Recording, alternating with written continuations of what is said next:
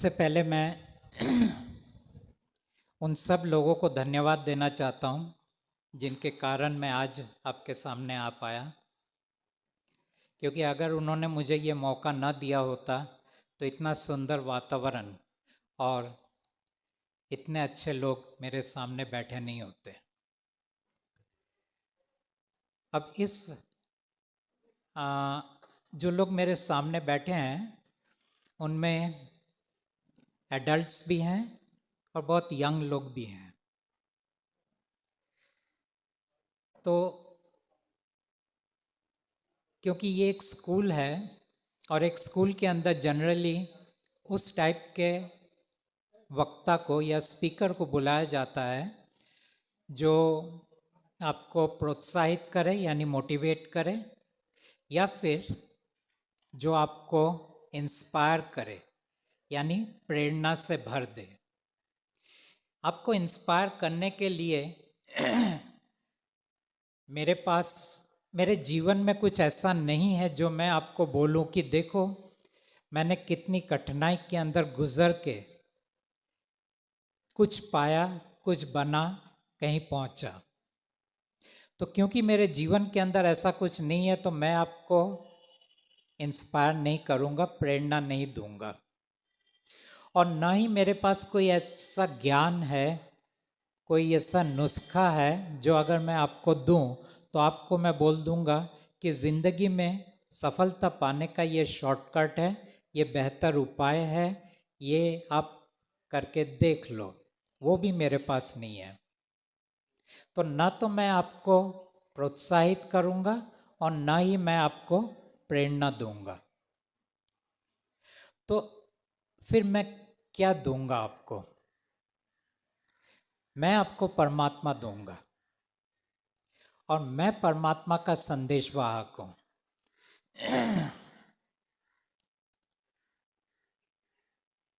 लेकिन परमात्मा को समझने के लिए हमें वो समझना जरूरी है कि परमात्मा कौन नहीं है।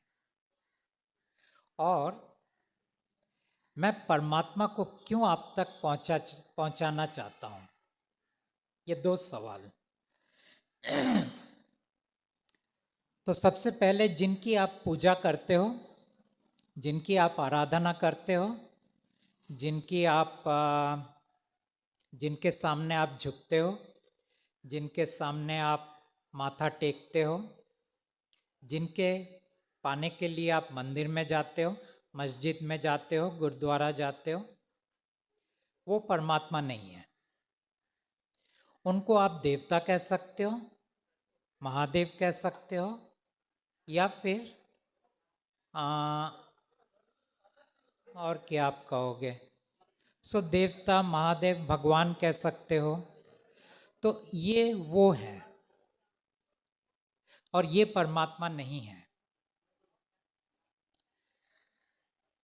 जब मेरी अपनी जर्नी शुरू हुआ था, ना तो मैं आस्तिक था ना ही मैं नास्तिक था। आस्तिक इसलिए नहीं था क्योंकि मैं सबको बोलता था कि मैंने भगवान को देखा नहीं है और जिस चीज का मुझे प्रत्यक्ष ज्ञान नहीं है उस चीज को मैं फॉलो नहीं करूँगा, उस चीज को मैं अपने जीवन में कोई स्थान नहीं दूंगा। इसलिए मैं आस्तिक नहीं था।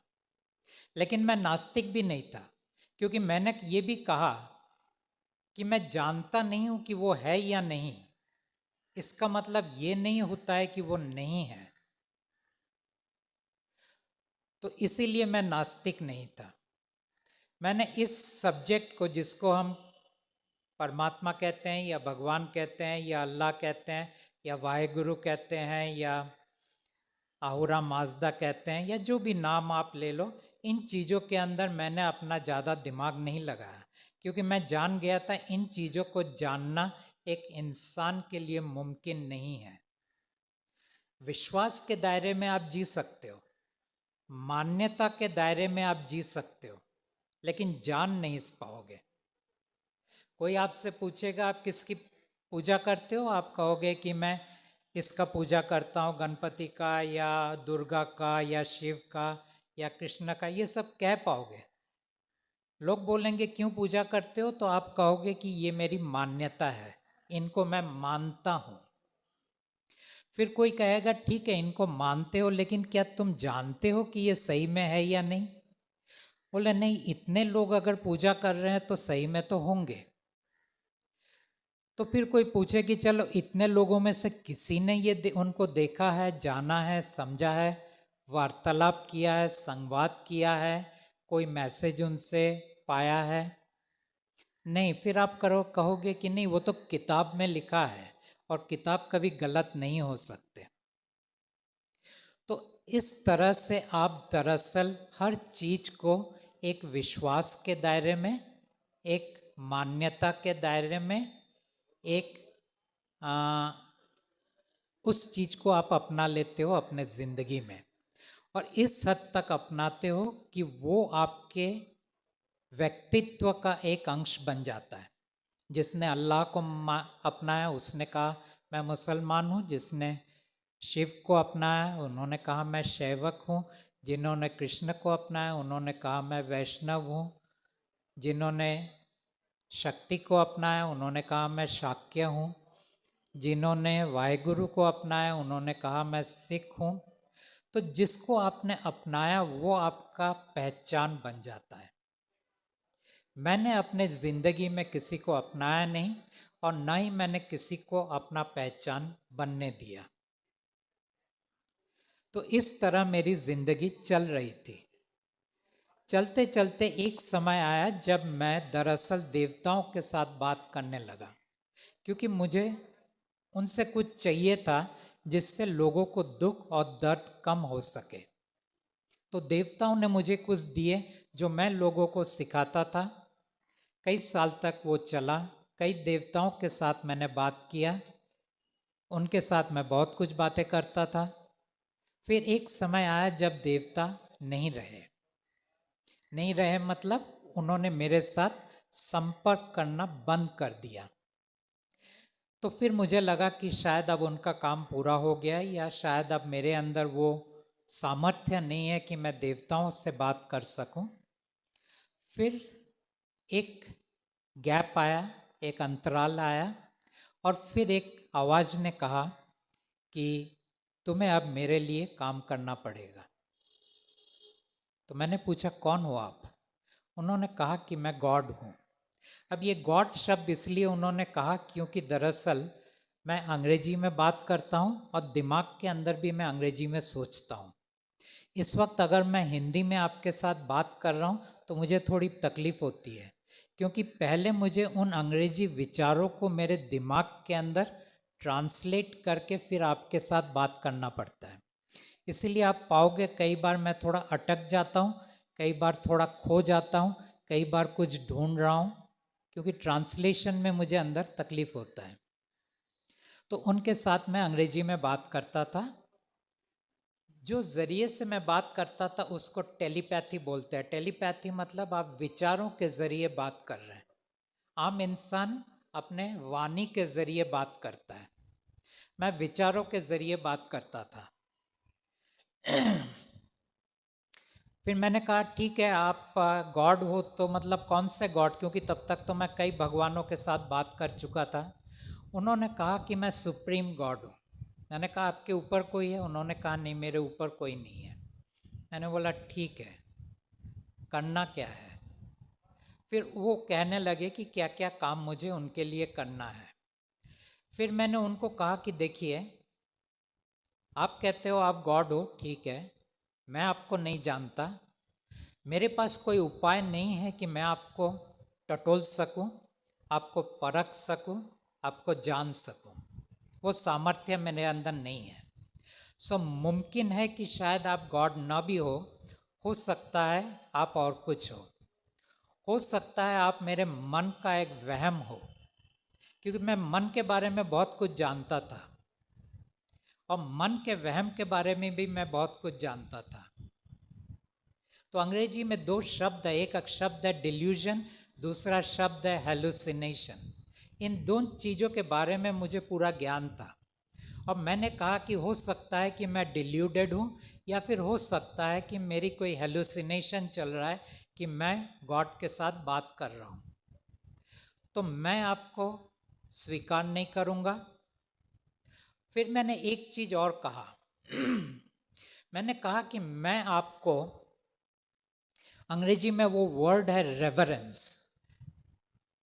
आई will not revere you. Reverence का हिंदी शब्द मालूम नहीं क्या होगा, सम्मान तो नहीं है, सम्मान तो रेस्पेक्ट है।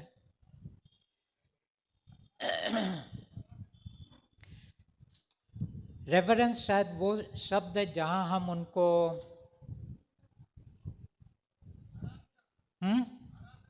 आराध्य बनाते हैं, ठीक है, यानी जिनकी हम आराधना करते हैं। तो मैंने उनको कहा कि ना तो मैं आपकी पूजा करूंगा, ना मैं आपकी आरती उतारूंगा, ना मैं आपको पुटिंग ऑन द पेडेस्टल यानी कोई पूजा के स्थल में बैठाऊंगा। तो मैं आपको मेरी मनोदशा के बारे में कुछ बोल रहा हूँ। मैंने उनसे कहा कि पूरे शंका के साथ, पूरे अविश्वास के साथ मैं आपके साथ काम करूंगा और उन रिजल्ट को परखूंगा जो आप क्रिएट करोगे। तो इस तरह मेरे साथ उनका जर्नी शुरू हुआ और इस जर्नी के अंदर मेरा काम क्या था? मेरा काम ये था कि आत्माओं को उनकी कारागार से मुक्त करना। उनका कारागार क्या था, यानी उनका जेल क्या था? ये ब्रह्मांड। अब मुझे पता चला कि अगर आत्मा बंधन में है, आत्मा उनकी कोई स्वतंत्रता नहीं है, तो मतलब कोई तो उसके ऊपर है जो ये सब कुछ कर रहा है। ये चीज़ पता लग गया। और फिर वो जो शख्स था, वो जो व्यक्ति था, वो इंसान नहीं था, उसको आप कह सकते हो कॉस्मिक गॉड या कॉस्मिक बीइंग, ब्रह्मांडीय व्यक्ति। वो फिर मेरे पास आया। वो दरअसल इस ब्रह्मांड का राजा है। इस राजा को आप कौन से नाम से जानते हो? अलग अलग संप्रदाय में, अलग अलग धर्म में, अलग अलग मजहब में इन्होंने अलग अलग नाम दिए।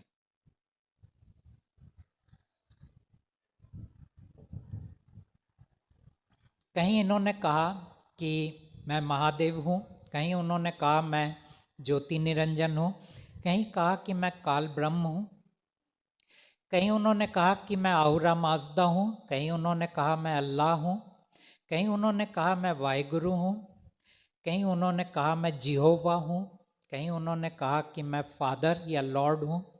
तो आप देख रहे हैं कि अलग अलग मज़हब में उन्होंने अपने आप को अलग अलग नाम दिए, लेकिन शख्स एक ही, जो ब्रह्मांड का राजा है। और इस राजा ने सब आत्माओं को कैद करके रखा है। मेरा काम था उनको छुड़वाना।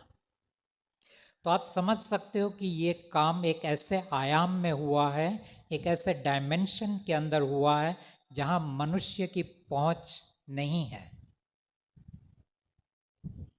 और ये अगर मैं कर पाया क्योंकि मेरे अंदर कुछ सिद्धि थे। सिद्धि ये नहीं कि मैं चमत्कार कर सकता हूँ। सिद्धि अंग्रेजी में दो शब्द है, एक टू कॉग्नाइज और दूसरा टू परसीव। परसीव का मतलब है कि मैं उस तक पहुँच सकता था, उसको जान सकता था। और कॉग्नाइज का मतलब है कि मैं उनके बारे में सब कुछ समझ सकता था। तो उनको मैं कांटेक्ट कर सकता था और उनके बारे में समझ सकता था। तो इसके कारण मैं ऊपर के 7 दुनिया और नीचे के 7 दुनिया, ये पूरे 14 दुनिया के अंदर मेरी अपनी सफ़र शुरू हो गई। और इसके बाद जो मैंने काम किया, जिसके बारे में मैं यहाँ पे बात नहीं करूँगा क्योंकि उसका फ़िलहाल कोई मतलब नहीं है, वो काम ख़त्म हो चुका है। ये आत्मा सब मुक्त हो गए हैं और ये काम 2023 में अगस्त महीने में मैंने पूरा किया।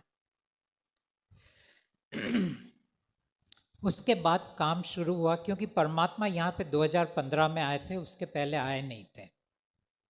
2015 में जब वो आए और 2023 में ये काम पूरा हो गया, उसके बाद हमारा काम ये शुरू हुआ कि इंसान को इतना जो दुख और दर्द है, क्या हम उनको थोड़ी राहत दे सकते हैं कि नहीं। परमात्मा ने कहा कि मैं इंसान की जिंदगी को बेहतर नहीं बना सकता। क्यों नहीं बना सकता? इस चीज को समझने के लिए मैं पहले थोड़ी सी और बात करूंगा कि क्यों परमात्मा आपको बहुत कुछ नहीं दे सकते। सबसे पहले चीज जो आपको जानना जरूरी है कि आप हो कौन। कोई अगर पूछे आप कौन हो, आप कहोगे कि मेरा नाम राम है, मेरा नाम रहीम है, मेरा नाम जॉन है, या मेरा नाम अमरिंदर है, या ऐसे ऐसे आप कहोगे। लेकिन क्या आप वो हो? नहीं, वो आपका नाम है। फिर आप आपके शरीर से बंध गए तो आप कहते हो मेरा शरीर, लेकिन शरीर आपका है क्या? सवाल। तो जो लोग जानते हैं वो कहते हैं कि ना शरीर आपका है ना मन आपका है, क्योंकि मरने के बाद तो ये दोनों आप नहीं रहेंगे, फिर भी आप रहोगे। तो उनको लगा कि आप दरअसल आत्मा हो, वो जो कभी मरता नहीं है, जो नश्वर नहीं है, जिसे जलाया नहीं जा सकता, जिसे काटा नहीं जा सकता। तो जितने धर्म ग्रंथ में आप जाओगे, वो चाहे गीता हो, वो चाहे बाइबल हो, वो चाहे कुरान हो, बात एक ही करेंगे, वो आप आत्मा हो। लेकिन जब मैंने सब कुछ जाना, तब मुझे पता चला कि इंसान आत्मा नहीं है। आत्मा के अलावा इंसान 5 चीजें हैं। पहला, आपका शरीर, बॉडी। दूसरा, आपका मन, माइंड। तीसरा, आपका व्यक्तित्व, पर्सनालिटी। ये 3 चीज तो आप समझ सकते हो आप हो। आप शरीर हो, मन हो, और एक व्यक्तित्व है आपका, एक पर्सनालिटी है। तो ये 3 चीज को समझना बहुत आसान है, लेकिन 2 चीज अब और रह गए। ये 2 चीज क्या है? सबसे पहला है, आप एक ऊर्जा शरीर हो।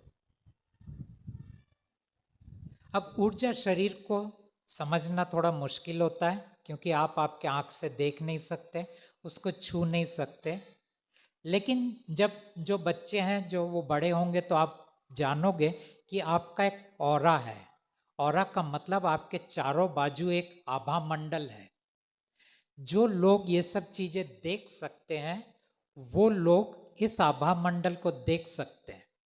आजकल एक फोटोग्राफी हो गया है, उसको क्रिलियन फोटोग्राफी बोलते हैं। उस कैमरा के सामने खड़े होकर अगर आपका फोटो लिया जाए, तो आपका ये ऊर्जा शरीर का एक अंश वहां दिखता है। और उस अंश को देखते हुए जो लोग उनका जानकारी रखते हैं, वो कह देते हैं कि आपको ये बीमारी है या संभावना है। तो फिर ये है चौथा चीज, ऊर्जा शरीर। ठीक है। अब एक चीज और रह जाता है, जो सबसे इंपॉर्टेंट चीज है। क्या है ये? अंग्रेजी में एक फ्रेज आपने सुना होगा, उसको कहते हैं बॉडी माइंड स्पिरिट। ठीक है। नहीं सुना होगा तो आगे आप सुनेंगे। Body mind spirit. पहले मैंने कहा बॉडी माइंड पर्सनालिटी या बॉडी माइंड कैरेक्टर। अब ये है बॉडी माइंड स्पिरिट।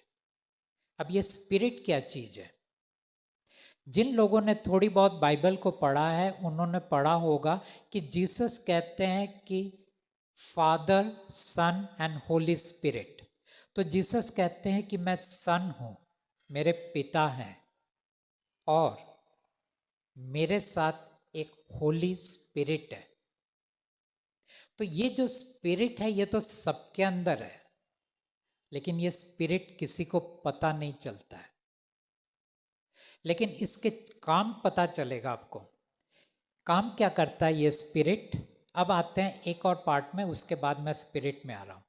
ये पार्ट है कि जब आपका जिंदगी, आप जिंदा हुए, जब आपका जन्म हुआ, उसके पहले आपकी कहानी लिख दिया गया है। उस कहानी में लिख दिया गया है कि आप किसके घर में जाओगे, कौन आपके माता पिता होंगे, किसके साथ आपका शादी होगा, वो शादी रहेगा या नहीं रहेगा, आपकी पढ़ाई कितनी होगी, आपके लाइफ में कितना आपको सक्सेस मिलेगा, कितना सक्सेस नहीं मिलेगा, कितना पैसा मिलेगा, कितना पैसा आप खोने वाले हो, कौन कौन से आपके अंदर व्याधि यानी डिजीज होंगे, सिकनेस होंगे, कौन कौन से आपके आपके एक्सीडेंट्स होंगे, कौन लोग आपके ज़िंदगी में आएंगे, कौन आपके दोस्त बनेंगे, कौन आपके नज़दीक होगा, किसके साथ आपका प्यार होगा, किसके साथ आपका नफ़रत होगा, किसके साथ आपके बहुत मारा मारी हो जाएगा, कौन आके आपके पास से आपका पैसा छीन के ले जाएगा, कौन आपका व्यवसाय का पार्टनर होगा, कौन आपका बॉस होगा, कहाँ पे आप नौकरी करोगे, कहाँ पे आप बिजनेस करोगे, हर चीज लिख दिया गया है आपके जन्म के पहले, जिसको एस्ट्रोलॉजर्स या ज्योतिषाचार्य पढ़ने की कोशिश करते हैं उनकी गणना के जरिए। कहने का मतलब ये है कि आपका कोई विधाता ने आपका सब कुछ लिख दिया। तो स्टोरी लाइन तो लिख दिया, तो वो तो एक स्क्रिप्ट है। अब ये स्टोरी लाइन को साकार कौन करेगा? जैसे कि मान लीजिए एक पिक्चर बनता है, कहानीकार ने कहानी लिख दिया, लेकिन उस कहानी को पर्दे तक कौन लेके जाएगा? वहाँ पे ज़रूरत पड़ता है एक डायरेक्टर का, जो स्क्रिप्ट को पढ़ता है और उसके बाद उस स्क्रिप्ट को कुछ कैरेक्टर्स यानी कुछ एक्टर्स के ज़रिए अपने कैमरा में कैद कर लेता है, और फिर उस कैद किए हुए चीज़ों को आप पर्दे में देखते हो। तो ये कौन आपके जिंदगी में कौन है जो उस आत्मा के द्वारा लिखी गई कहानी को साकार करता है? उसको हम कहते हैं स्पिरिट। स्पिरिट को हम हिंदी में क्या कहेंगे? हिंदी में भी नाम होना चाहिए, तो हिंदी में उसका नाम है आत्मन। आत्मा नहीं, आत्मन। दूसरा नाम है ईश्वर। तीसरा नाम है प्रभु। ठीक है, ये नाम आपने सुने होंगे। आप लोग ईश्वर की आराधना करते हैं। ईश्वर की आराधना क्यों करते हैं? क्योंकि कुछ लोगों ने जाना कि हमारा विधाता ईश्वर है, हालांकि उन्होंने गलत जाना। ईश्वर के पास ज़्यादा कुछ करने के लिए होता नहीं है।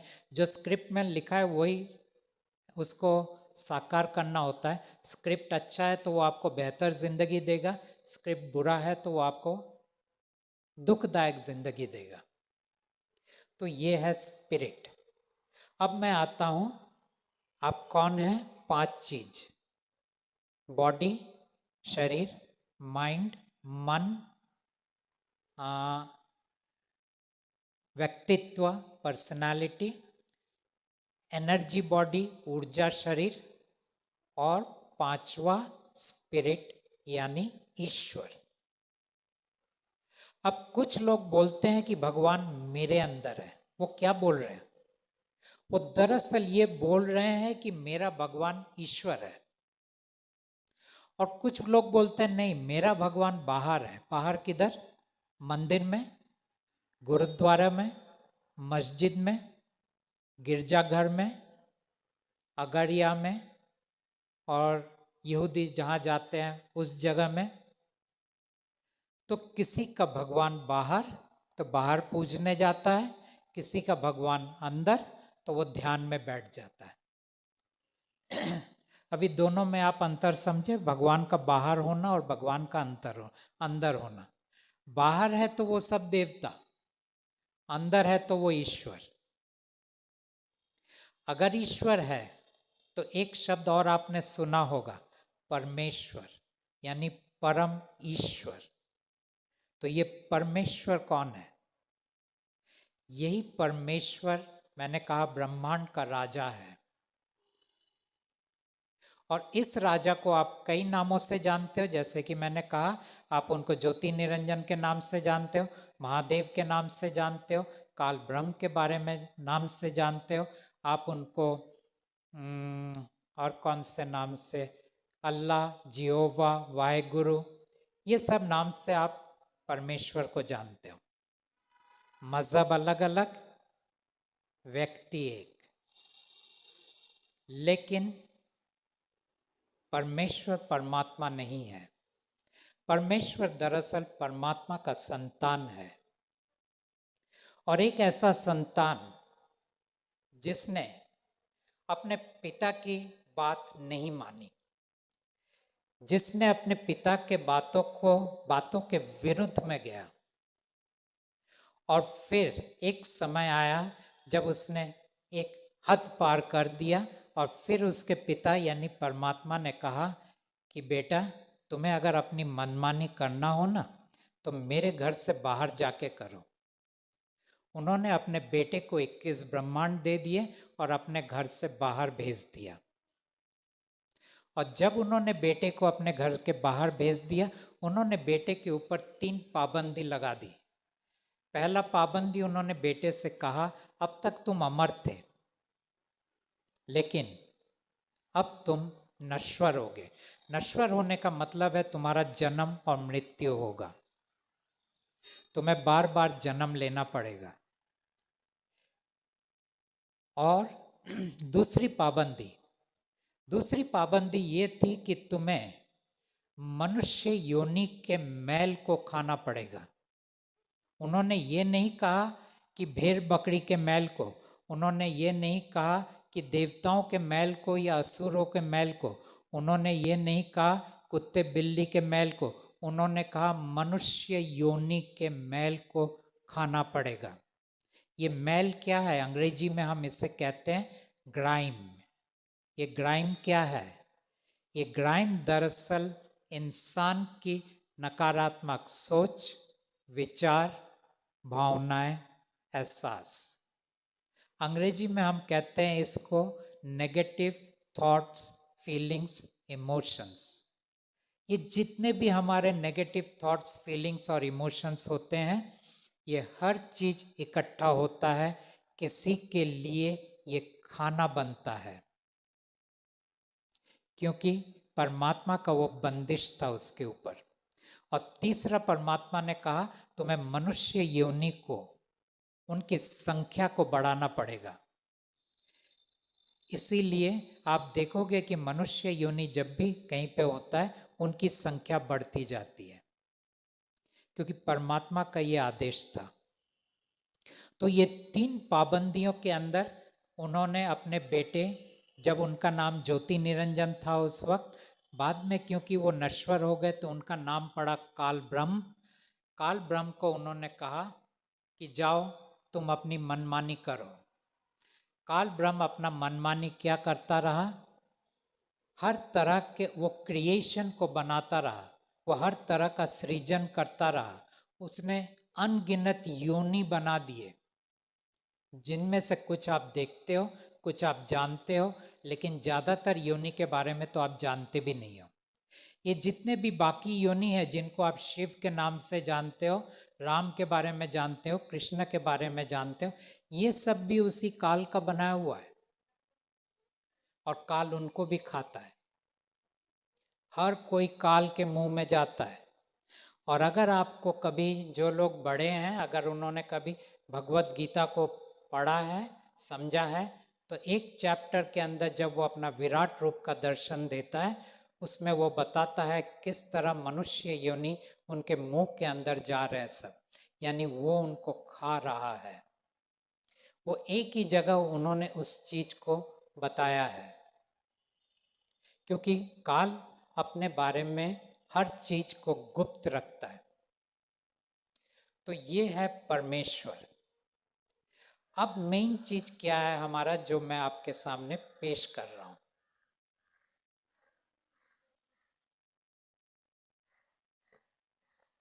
वो बैकग्राउंड इन्फॉर्मेशन अभी मैंने दिया। बैकग्राउंड इन्फॉर्मेशन ये है कि दरअसल आप 5 चीज़ों, शरीर, मन, व्यक्तित्व, ऊर्जा शरीर और आपका स्पिरिट यानी ईश्वर, ये 5 चीज आप हो। दूसरा, जिनकी आप पूजा करते हो वो देवता है, और जिनकी आप, अगर वो देवता आपके अंदर है तो फिर वो ईश्वर है, क्योंकि देवता अंदर नहीं होते, ईश्वर अंदर होता है। ठीक है। अगला, आप आत्मा नहीं हो। आत्मा कभी दूषित नहीं होता है, आत्मा कभी मैलित नहीं होता है।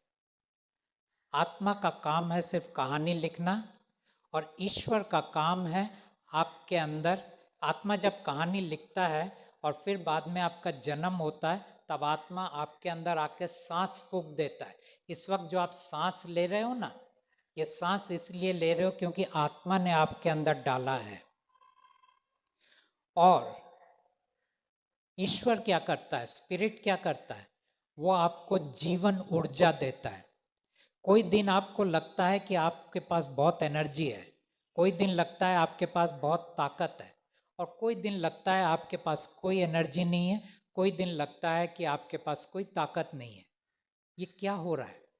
ये ईश्वर आपको दे रहा है और आपके अंदर से खींच रहा है। लेकिन डॉक्टर के पास जाओगे तो वो बोलेगा कि दरअसल आपके अंदर एक वायरस है, जिसको आप कोविड बोल सकते हो, डेंगू बोल सकते हो, या खाली सर्दी जुकाम बोल सकते हो, कोई भी नाम दे दो। आपको लगेगा कि वायरस ने अटैक किया। वायरस ने अटैक नहीं किया है। सबसे पहले ईश्वर ने आपके जीवन ऊर्जा को खींच लिया है, और जब जीवन ऊर्जा आपका खींच जाता है तब कोई भी जीवाणु आपको बिस्तर में लिटा देता है। तो ये है हकीकत। डॉक्टर बोलेंगे नहीं नहीं, हम आपको एंटीबायोटिक देते हैं, वो सब जीवाणु को मार डालेगा, फिर से आप खड़े हो जाओगे। आप खड़े तब तक नहीं हो सकते जब तक ईश्वर आपके अंदर वापस ऊर्जा न डाले, वरना आप दवाई खाते खाते मर जाओगे। कितने लोग हैं जो दवाई खाते खाते मर जाते हैं, और कितने लोग हैं बगैर दवाई खाए भी वापस खड़े हो जाते हैं। फर्क क्या है? फर्क दवाई का नहीं है, फर्क है कि जीवन ऊर्जा आपके अंदर है या नहीं है।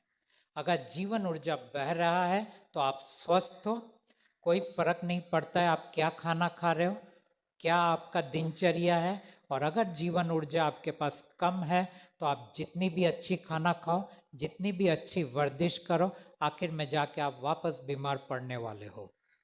ये है जीवन ऊर्जा का रहस्य। तो इसीलिए लोग अपने प्राणिक शक्ति को बढ़ाने की बहुत कोशिश करते हैं, लेकिन वो नहीं जानते हैं कि आप जितनी भी कोशिश कर लो, ये प्राणिक शक्ति तभी बढ़ेगा जब ईश्वर की कृपा आपके ऊपर होगी। लेकिन ईश्वर की कृपा आपके ऊपर कब होगी? जब कहानी में लिखा होगा कि अब इसको जीवन ऊर्जा दो, तब वो ईश्वर आपको देगा। ईश्वर अपने आप आपको जीवन ऊर्जा कभी नहीं दे सकता। और उसी तरह अगर आप जिंदगी में सक्सेसफुल हो तो वो ईश्वर कृपा से है, लेकिन ईश्वर आपके ऊपर कृपा तब तक नहीं करेंगे जब तक आत्मा ने उस कहानी के अंदर ना लिखा हो कि अब इस इंसान को तुम सक्सेसफुल बनाओ। आप जाके मंदिर में माथा टेकते हो, मस्जिद में माथा टेकते हो, वहाँ पे कुछ नहीं है, देवता कुछ नहीं कर सकते आपके लिए। ना शिव करेगा, ना कृष्ण करेगा, ना राम करेगा, ना अल्लाह करेगा, ना वाहेगुरु करेगा, कोई नहीं करेगा, क्योंकि कहानी पहले लिख दी गई है और ईश्वर को वो कहानी साकार करना है।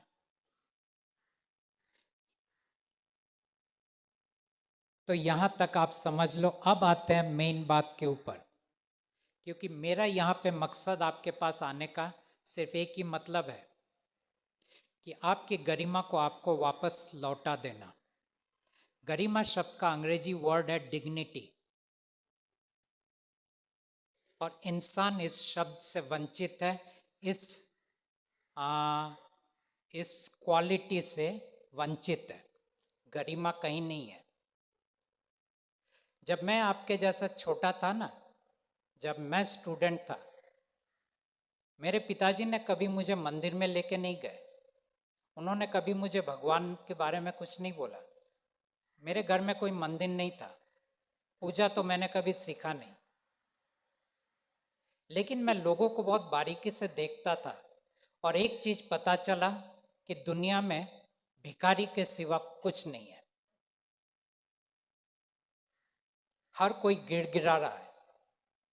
वो जो आप रास्ते के चौराहे में आप खड़े होते हो आपकी मर्सिडीज BMW गाड़ी लेके, और वहाँ पे भी भिखारी आपके शीशे के अंदर आके बोलता है बाबूजी 10 रुपया दे दो, भूख लगा है, वो भी गिड़गिड़ा रहा है। और वही BMW गाड़ी लेके आप मंदिर में जाके गिड़गिड़ाते हो कि परमात्मा या भगवान या अल्लाह, जो भी, जिसको भी आप जो नाम से जानते हो, कि मुझे 2 पैसा और दे दो, थोड़ी और समृद्धि दे दो, बच्चे दे दो, शादी करवा दो, विदेश की यात्रा करवा दो, वीज़ा लगवा दो।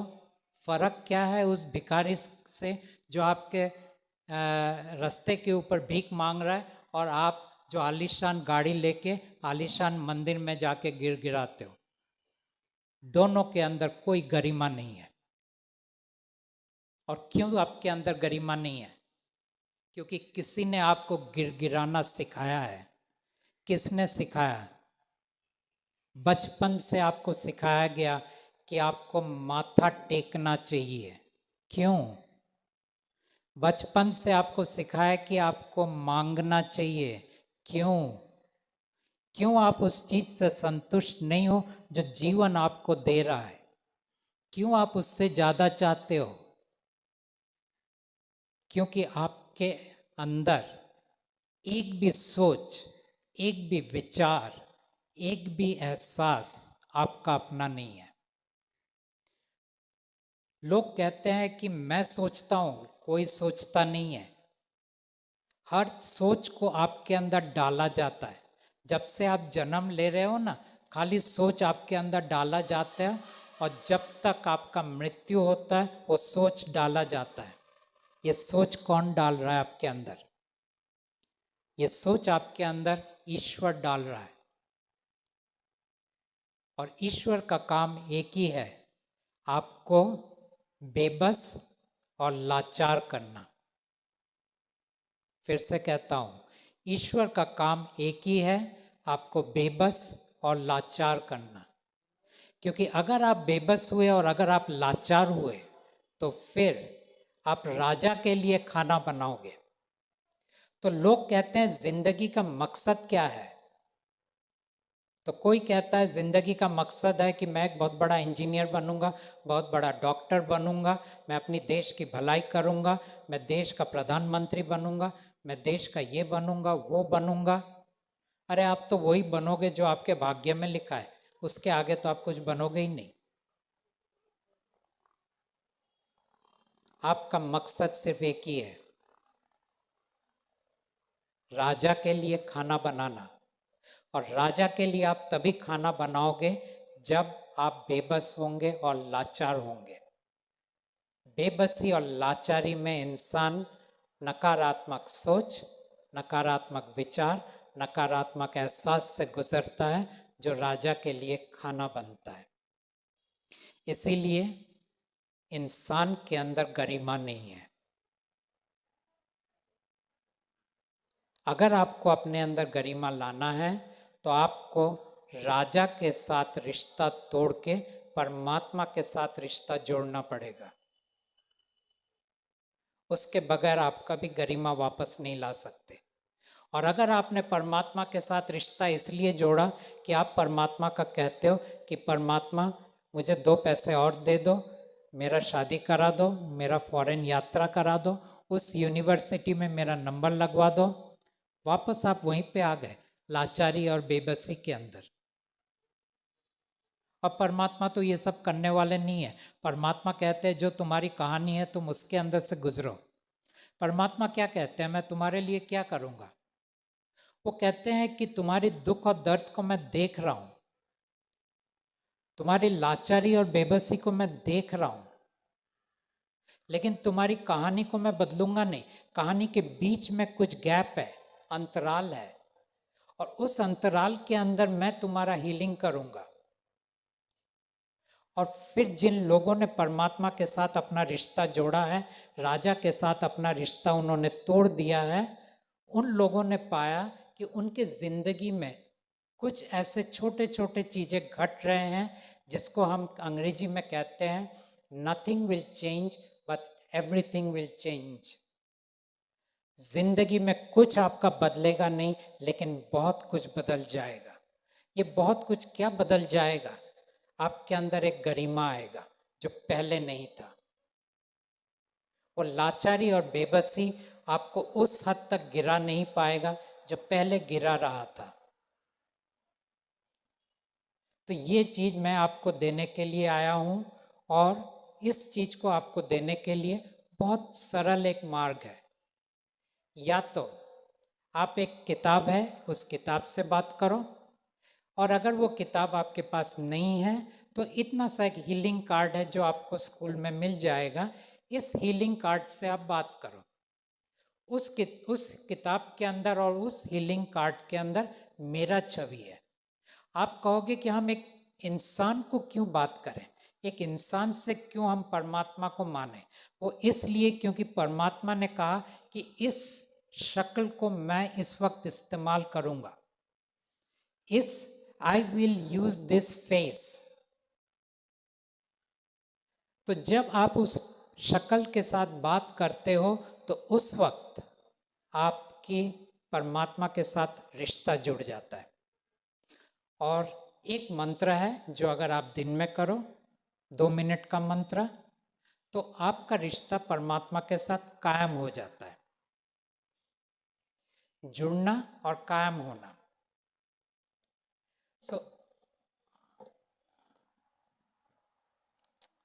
सो ये वो किताब है जिसके बारे में बात कर रहा था, परमात्मांचा संदेश मराठी में है। ये 5 भाषाओं में ये किताब है। लेकिन ये किताब पर मैं कहता हूं कि आप पढ़ो नहीं कभी, क्योंकि पढ़ोगे तो मुश्किल हो जाएगा। इस किताब को आप इस्तेमाल करो।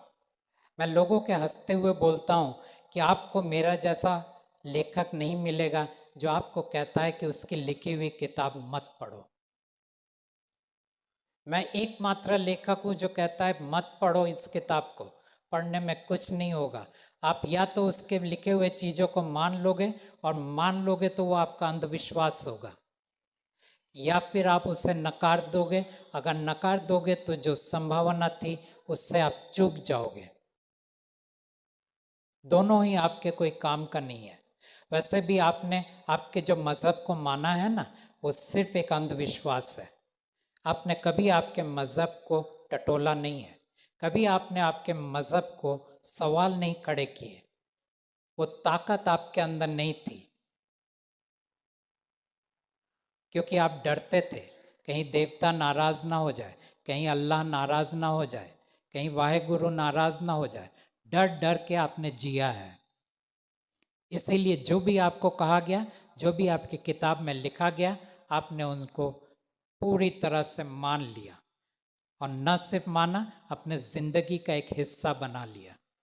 ठीक है, जो आपने किया उसके अंदर ज़्यादा आपके पास क्षमता नहीं थी, मैं मान सकता हूँ।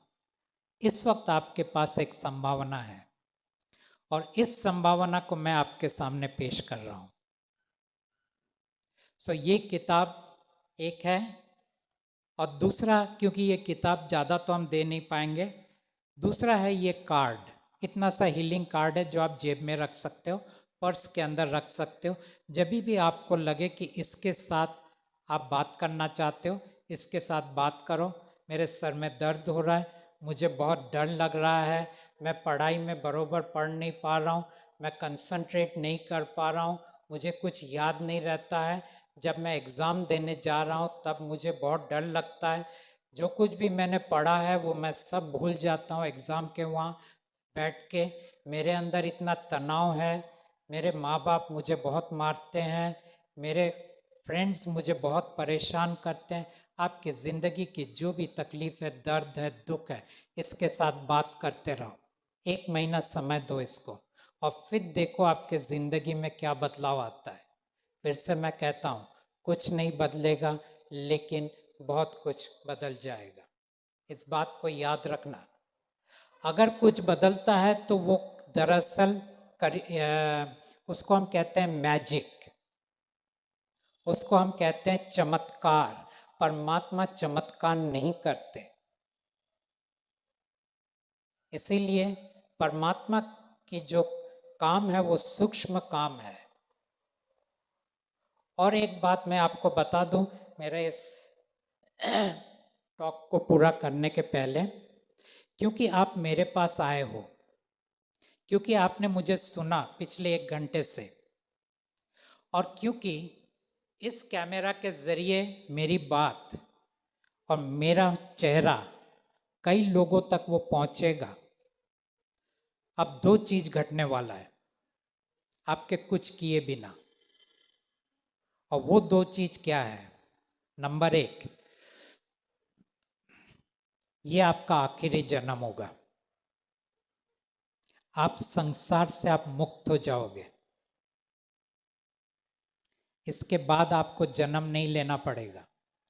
आपने मोक्ष शब्द को सुना है, ये आपका मोक्ष है, ये आपका मुक्ति है। अंग्रेजी में कहे तो ये आपका लिबरेशन है। जिस चीज को पाने के लिए संत महात्मा ज्ञानी ने सालों तक तपस्या किया है, यहाँ मेरे साथ पल बिताए हुए आपको वो चीज हासिल हो जाता है। ये पहला है। और दूसरा, आपका जो आत्मा है वो वापस घर परमात्मा के पास चला जाएगा। तो यहाँ अगर आप मुझे अस्वीकार करके भी चले जाते हो तो भी आप पाओगे ये 2 चीज आपके जीवन में घटित हो गया। इसके साथ मैं मेरे इस टॉक को विराम देता हूँ, क्योंकि बात करने की तो कोई अंत नहीं है। अगर आप मुझे कुछ पूछना चाहते हो तो मैं आपके सवालों का जवाब दूंगा। आपको अगर किसी को कुछ पूछना है, कुछ मन में सवाल है, कुछ नई चीज़ों को जानने की चाहत आप रखते हैं, तो आप बेझिझक सवाल पूछ सकते हैं। चलो, एक सवाल आ गया तो हम उनसे बात करते हैं। नमस्ते सर। नमस्ते। हमारे यहाँ सब स्टूडेंट्स हैं। मैं टीचर हूँ। जी। मैं स्टूडेंट्स की सोच से सोचता हूँ कि आपको सुनकर मुझे ऐसा लगा कि मैं किसी को क्या कुछ मांगने के बजाय मैं खुद ही मेरा काम कर लूँ। ये जो रिमार्क्स है, सारांश है, यह सही है क्या? ओके। इन्होंने कहा कि इन सब चीज़ों को सुनने के बाद क्या मैं इस निष्कर्ष या नतीजे में पहुंच सकता हूं कि अब से मैं सिर्फ स्वयं के बलबूते पे चलूंगा? नहीं, मैं आपको ये नहीं कहूँगा कि स्वयं के बलबूते पे आप चलाओ, क्योंकि जिस दुनिया में आप रहते हो वहाँ आप स्वयं के बलबूते पर चल नहीं सकते। क्यों नहीं चल सकते? क्योंकि आप एक कठपुतली हो, और एक कठपुतली को कोई तो नचाएगा, वो चाहे परमेश्वर हो चाहे परमात्मा हो। कठपुतली की अपनी कोई विल नहीं होता है। विल का मतलब अपनी कोई संकल्प शक्ति नहीं होता है। कठपुतली की अपनी कोई संकल्प शक्ति नहीं है। कठपुतली के डोर या तो परमेश्वर के हाथ में है या परमात्मा के हाथ में है। और ये सब चीज़ें मैं कैसे जानता हूँ? इसलिए नहीं क्योंकि मेरा ज्ञान किताबी है, इसलिए क्योंकि मैंने प्रत्यक्ष देखा है, समझा है, जाना है। और ऐसी अवस्था में मैं आपको ये कह सकता हूँ, क्योंकि आपकी सोच आपका नहीं है। अगर आप सोचते हो कि मैं डॉक्टर बनूंगा तो ये जान लेना ये आपने तय नहीं किया, वो कहानी में लिखा है और ईश्वर ने वो सोच आपके अंदर डाला है। इसीलिए अभी आपके अंदर प्रेरणा आया कि मुझे डॉक्टर बनना है। ये प्रेरणा भी ईश्वर आपके अंदर देता है। आप में से जो लोग प्यार में गिरे हो, जिनको प्यार किसी से हो गया है, तो ये प्यार भी जान लेना कि उसने दिया, तभी आप किसी से प्यार कर पा रहे हो। और अगर आप किसी से नफरत करते हो तो ये भी जान लेना ये नफरत भी उसी ईश्वर ने दिया है, इसीलिए आप किसी से इतना नफरत करते हो। आपकी अपनी कोई औकात नहीं है स्वयं के ऊपर, या तो ईश्वर, और मैं ईश्वर शब्द का इस्तेमाल करता हूँ और राजा को परमेश्वर कहता हूँ, यानी परम ईश्वर। तो ये सब एक ही है, सब एक ही साथ काम कर रहे हैं। या तो आप उनके साथ हो या आप परमात्मा के साथ हो। जब आप परमात्मा के साथ हो तब रात दिन आप अपनी हर चीज परमात्मा के साथ साझा करते हो। साझा मतलब शेयर करते हो, हर दुख, हर दर्द, हर डर, हर परेशानी, हर तकलीफ। और फिर अल्टीमेटली डॉक्टर तो आप बनोगे, क्योंकि आपकी कहानी में ऐसा नहीं कि आप डॉक्टर नहीं बनोगे। अगर ये कहानी, अगर आप जिंदा हो तो कुछ ना कुछ तो आप बनोगे। ठीक है जी? यस सर मैं डॉक्टर विनायक देशमुख। जी। All of us are really confuse first thing. ऐसा है कि सर गीता हो या कुरान हो या बाइबल हो या जो बाइबल हो, जो भी हो, इसमें जो भी ईश्वर है या फिर देवता है, ईश्वर और देवता आपने कहा कि डिफरेंस है। जो भी देवता है, संत है, सदगुरु है, what they are talking about the way to get the moksha. Ji What you are talking about. Ji. So let me have an answer from your side. In short, how you will differentiate your concept than the Gita or something else? देखिए, हर धर्म ग्रंथ के अंदर, मैं धर्म ग्रंथ शब्द इस्तेमाल करता हूँ, हर धर्म ग्रंथ के अंदर दो चीज उन्होंने कहा कि आपको दो चीज मिल सकता है। पहला चीज ये है कि आप स्वर्ग पा सकते हो, हेवन, जन्नत। ठीक है? अगर आपको वो नहीं मिला तो फिर आप नर्क में जाओगे, जहन्नम में जाओगे, या पर्गेटरी, या जो भी वो सब शब्द हैं। ठीक है? परमात्मा कहते हैं कि ना कहीं पे कोई स्वर्ग है, ना कहीं कोई नरक है, ना कहीं कोई जन्नत है, ना कहीं कोई जहन्नुम है। जानते हैं क्यों? अब इस चीज को जान लीजिए। आप 5 चीज हो। पहला शरीर, मरने के बाद शरीर आपका जला दिया जाएगा या दफना दिया जाएगा। नंबर 2 आपका मन, शरीर नहीं रहेगा तो मन नहीं रहेगा, क्योंकि मन के अंदर आपकी कहानी, आपकी याददाश्त पड़ी हुई है, वो मन भी खत्म हो जाएगा। तीसरा चीज आपका ऊर्जा शरीर, ये अगले जन्म में फिर चला जाता है। तो ये ऊर्जा शरीर भी कभी भी न स्वर्ग में जाते हैं, न जन्नत में, न नरक में जाते हैं। ये 3 चीज हो गया। आपका व्यक्तित्व, आपके मरने के बाद आपका व्यक्तित्व भी नहीं रहेगा, क्योंकि आपकी कहानी नहीं रहेगी। बाकी रहा सिर्फ एक चीज, ईश्वर। ईश्वर वापस परमेश्वर में चला जाता है और वहां से फिर वापस आ जाता है जब आपका नया जन्म होता है। तो कुछ बच्चे तो न स्वर्ग में जाएगा। जब आप कहते हो मैं मरने के बाद स्वर्ग में जाऊंगा, ये मैं है कौन? क्योंकि यही 5 चीज तो आप हो, इसके अलावा आप कुछ नहीं हो। आत्मा तो नहीं हो, वो तो पहले ही बोल दिया। आपका ये 5 के सिवा अस्तित्व नहीं है, और 5 का क्या होगा वो भी मैंने बोल दिया। तो ना कहीं जन्नत है, ना कहीं जहन्नुम है। सवाल ये उठता है कि उसके अंदर ये भी लिखा है कि ये करने के बाद, इन साधनाओं से गुजरने के बाद, इन गुरुओं की सेवा करने के बाद, इन मंत्रों का जप करने के बाद, इन विधि को पूरा करने के बाद आखिर में आप मोक्ष को प्राप्त होंगे। ठीक है, वो एक मार्ग है, लेकिन वो मार्ग बहुत ही गलत इंफॉर्मेशन है। क्यों गलत इंफॉर्मेशन है? मैं कई लोगों के नाम आपके सामने पेश कर सकता हूं जिन्होंने ये सब कुछ नहीं किया और फिर भी वो एनलाइटेंड हो गए। जो पागलपन की दौर से गुजर रहे थे और अचानक एक दिन वो जीवंत हो उठे, वो जाग गए। उसको इंस्टेंट अवेकनिंग कहते हैं। इन लोगों ने तो कुछ किया नहीं। रहा सवाल बुद्ध का, कहते हैं कि बुद्ध ने सबसे ज्यादा क्या कहते हैं साधना किया।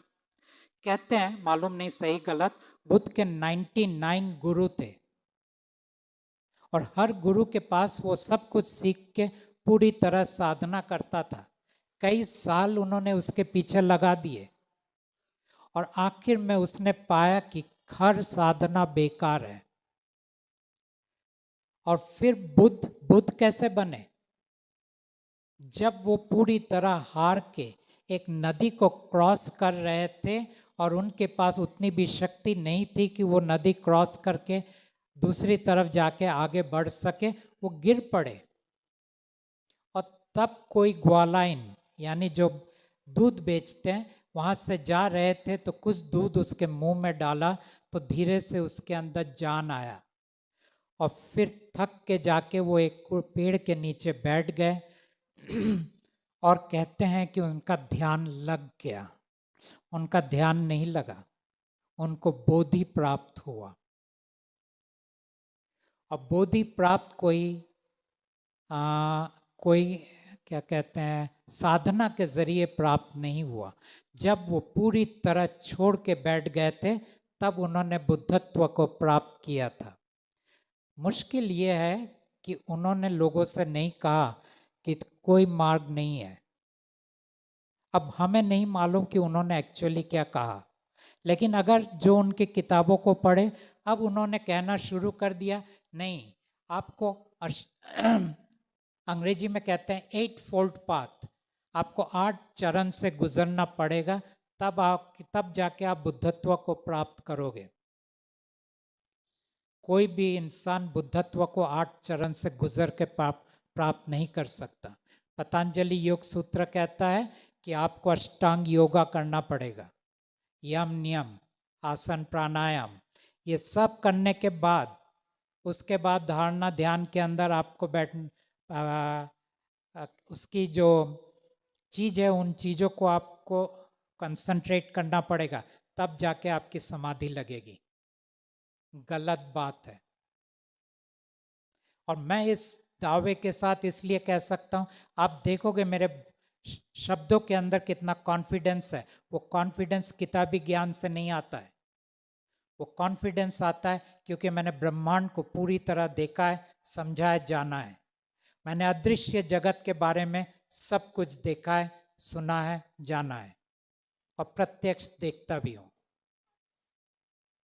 सो इसीलिए आपके सवाल का जवाब मैं यही कहूंगा कि आप या तो परमात्मा के साथ या तो परमेश्वर के साथ आप अपना संबंध बनाए रखिए। Thank you.